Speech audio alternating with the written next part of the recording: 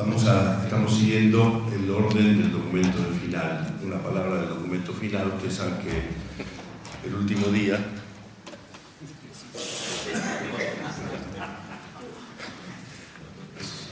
presidente, por favor, déjenme. El último día se votó párrafo por párrafo, número por número.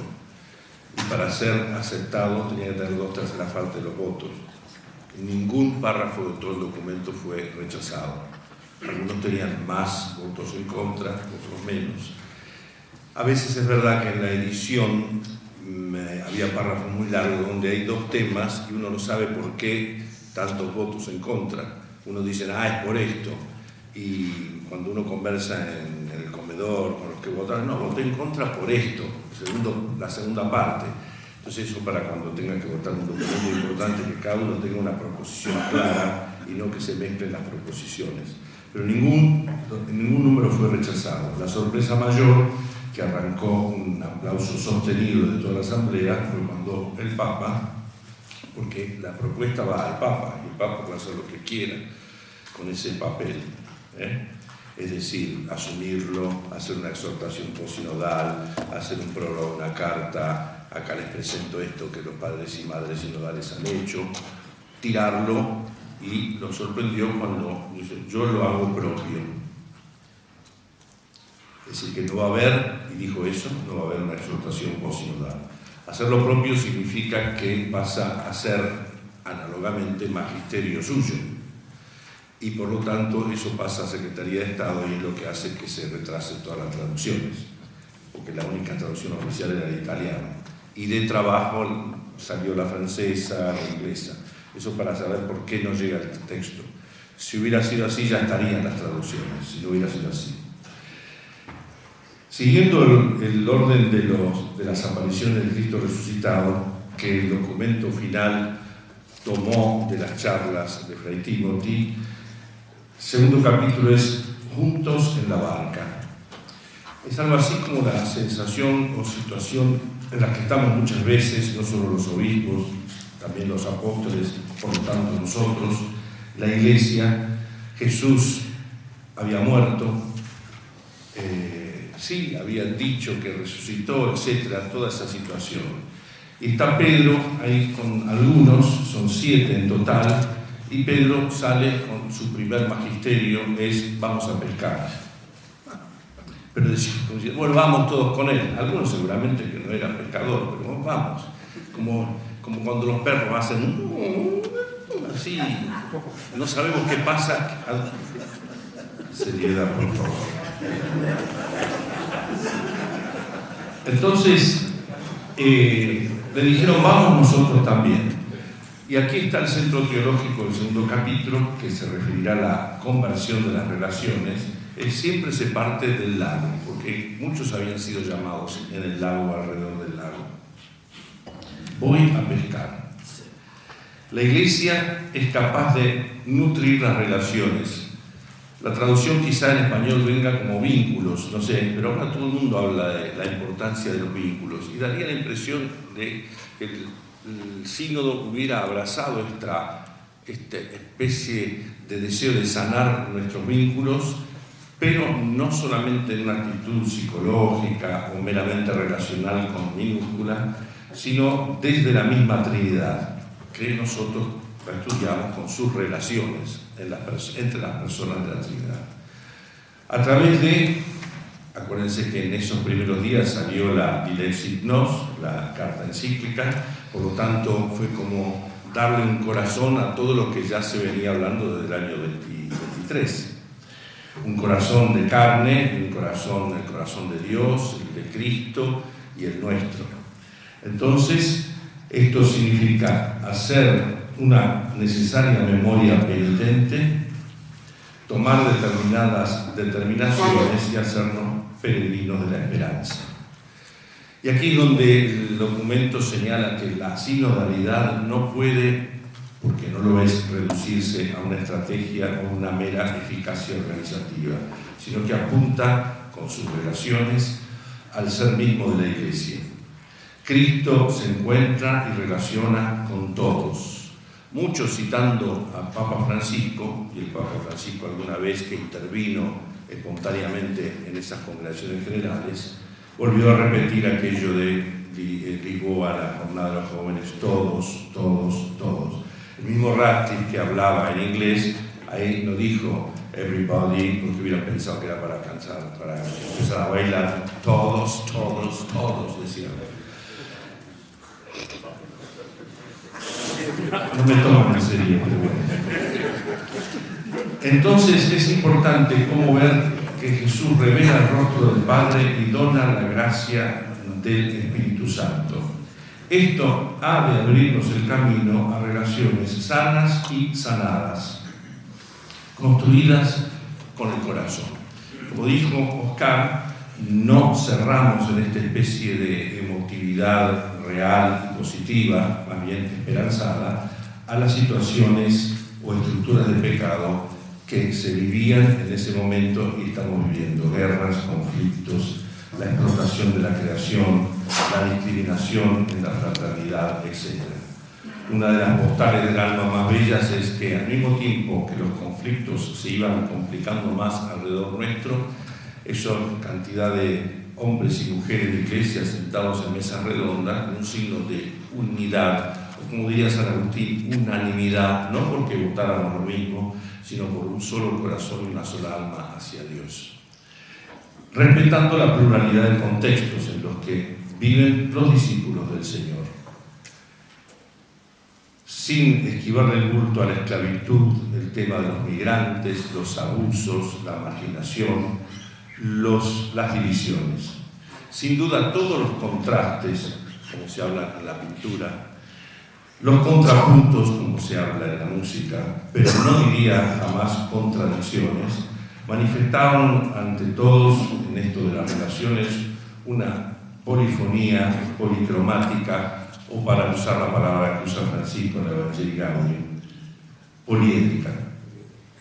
Y ahí es donde entramos en el tema de las relaciones a hablar de carismas, vocaciones, ministerios. Todos son dones al servicio de la misión que es el bien común de la Iglesia. Y que no ha de ser ni puede ser propiedad o reivindicación personal, individual o del grupo alguno. No puede ser una opción privada. Cuando la Iglesia utiliza la palabra pública, no significa marketinera o de publicidad, sino que se está hablando en nombre de la Iglesia y en nombre del Señor. A partir de un tema que es transversal en el sínodo y siempre en las relaciones, que se repite yo creo que 4 o 5 veces en todo el texto, la corresponsabilidad del bautismo diferenciada.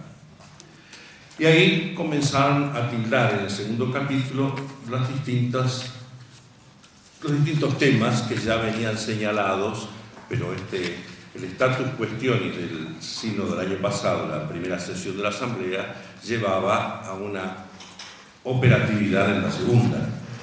Por eso muchas cosas se repiten, pero aterrizadas, como propuestas al Papa. El primer tema, no digo conflictivo, pero en los votos ahí se notaba el de las mujeres, pero no que se votaba el tema de las mujeres, sino sobre todo en lo que hace al ministerio diaconal. Interesante la distinción del lenguaje, porque algunos teólogos, cardenales incluso, hablaban del ministerio diaconal femenino separándolo del tema de ordenación diaconal. Esto queda aparte para poder conversarlo después. Luego de los niños, los que más sufren la guerra, la pobreza y el abandono, el abuso, etc. Los jóvenes con su sed bien clara de justicia y el respeto por la casa común. La traducción dice disábiles, porque traduce la italiana, los matrimonios, la pastoral familiar, y luego unos buenos párrafos sobre la vida consagrada, que enseña a todos los bautizados distintas formas ministeriales, carismáticas e institucionalizadas o no de los dones y carismas. El servicio especial de los teólogos y las teólogas, la necesidad del diálogo entre los pastores, y ahí comenzaron el sínodo comenzó a tildar, eso está en el documento, los ministerios en toda su amplitud y clasificación. Los primeros, los ministerios o el ministerio ordenado, el de los obispos, presbíteros y diáconos como ministerio ordenado. El ministerio de los obispos al servicio de la armonía, el tema del Espíritu Santo, que es la misma armonía para la Iglesia, San Basilio, traducido en el lenguaje del ministerio de los obispos. A ellos, a nosotros, nos corresponde componer en unidad los dones del Espíritu, discernir los carismas. El obispo es el principio visible de esa unidad. Con él, los presbíteros y diáconos. El presbítero suma al obispo una especial cercanía, acogida, la escucha y ha de acompañar al obispo en el discernimiento de los carismas. Acompañar, colaborar. Respecto a los diáconos, se subrayó no solo el aspecto litúrgico y pastoral, sino también el servicio a la mesa de los pobres. Pero se señaló esto, recordando la Lumen Gentium 23, aparece 3 veces citada en este segundo capítulo, ordenados no para el sacerdocio, sino para el ministerio. Acuérdense que Benedicto corrigió el primer canon del tema de los ministros ordenados, diferenciando que el sacerdote y el obispo actúan en persona Cristo, en cambio el diácono ha sido ordenado para el ministerio. Exhorta a los obispos a preparar itinerarios para los obispos o la Iglesia de formación permanente según los contextos locales. Y ahí nuestra barra, cada vez más numerosa, se detiene a analizar el papel, el rol indispensable de los obispos auxiliares. No obstante, se insiste en precisar su papel. ¿El papel cuál es?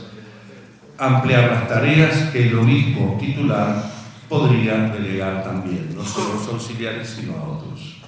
Y también se detuvo, en la otra barra brava que tenemos, los obispos eméritos. Valorizar su presencia y ministerio, su ser al servicio del pueblo de Dios.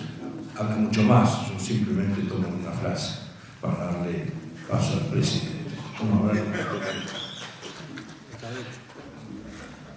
Y la colaboración entre los ministros ordenados en una iglesia sinodal. Un diagnóstico realista es señalar las dificultades de los ministros ordenados. Subrayo 3, aislamiento, soledad y estar sobrepasado de tareas. Insiste en una distribución más articulada de las tareas y responsabilidades, especialmente en los procesos decisionales, marcados de un estilo más claramente sinodal, pero ¿por qué? No porque esté de moda, sino para superar el clericalismo entendido como poder y nada más. Cita aquí la famosa carta de Francisco al pueblo de Dios del 2018, creo que octubre, no me acuerdo. Todos estamos juntos para la misión y ahí comienza el tema de los ministerios, no los ordenados, ya los hemos hablado. Son los ministerios como forma en la cual los carismas asumen cuando son públicamente reconocidos.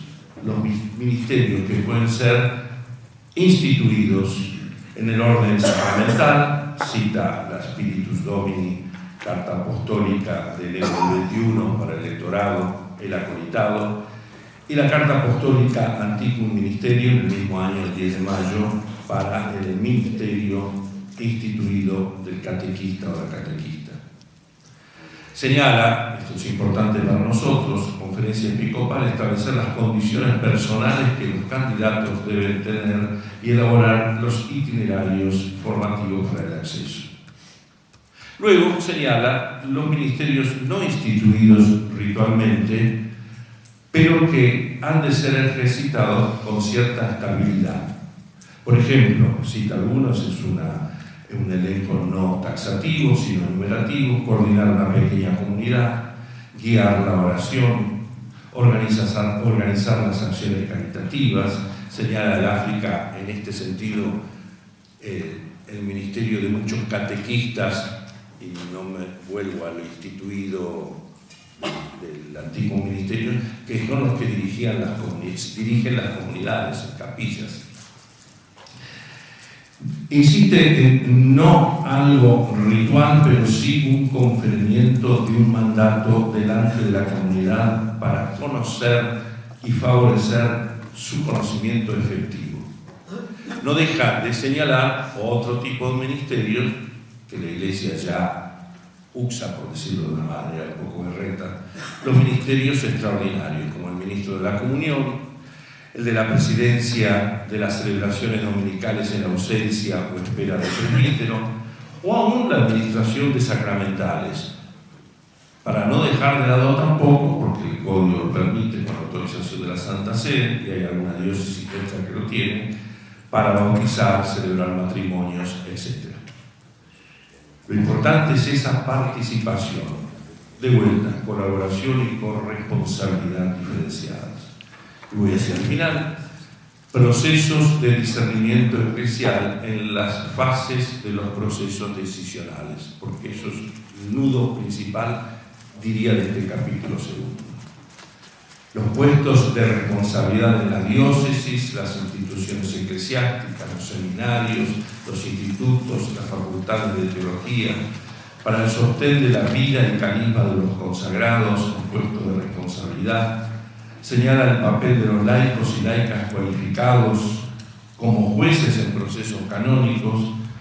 Se le acabó a Landra va a tener que abrir el juego. Reconocimiento de la dignidad y respeto de los derechos en los que trabajan en la Iglesia y sus instituciones. Y la palabra principal, el grito principal es la escucha. La escucha. Se pregunta el sínodo acerca de la necesidad del ministerio de la escucha o del acompañamiento. Habla de cierto counseling, con la palabra técnica, de la escucha, para acoger a quienes están en las periferias de las comunidades eclesiales, para llamar a todos. Y se pregunta el sínodo si acaso esto puede ser o debe ser un ministerio específico, e indica la necesidad de profundizarlo. Y para señalar dos postales del alma, una absolutamente personal, no solo a mí, sino porque se trató de la muerte de Gustavo Gutiérrez, un fraile dominico muy conocido, etc., que realmente, sobre todo para los latinoamericanos que estábamos y que lo conocíamos más, fue un shock, no porque no se esperaba, tenía más de 96 años, creo que tenía, si no me equivoco, pero para lo que significó, y porque logró que en los pasillos algunos se acercaran, por eso digo personal también para mí, acerca de su proceso cuando ingresó a la orden, ¿no? Muy difícil, no para la orden, sino porque había muchas trabas que venían de otros lados. Debo decir que Benedicto, siendo prefecto de la Congregación para la Doctrina de la Fe, entonces era dicasterio, facilitó dentro de lo que pudo, a pesar del presidio externo, su incorporación a la orden. Más detalles la puedo dar en el bar. Y lo segundo, algo, pero que significó mucho para, como postal turística espiritual. El baldaquino y el altar de la cátedra estaban cubiertos hace varios meses para la restauración. La imagen de la misa final del sínodo, habiéndose descubierto todo el baldaquino, no lleva tiempo a ser descubierto todo el altar de la cátedra, fue una cosa impresionante, aún para nosotros que entramos ya nos habíamos acostumbrado a verlo todo velado. Y la imagen que me dio es cómo la Iglesia a través de los siglos, sea que indiquemos la palabra reforma como palabra que describe la reforma desde el Papa Gregorio hasta Trento inclusive, sea la restauración del Concilio Vaticano I, sea la renovación del concilio previo al Concilio Vaticano II, la renovación conciliar y postconciliar, siempre indica, bien lo decía Benedicto, la reforma de la continuidad. La belleza de la Iglesia, que la tiene en sí por el Espíritu Santo, que siempre es renovada, reformada y restaurada.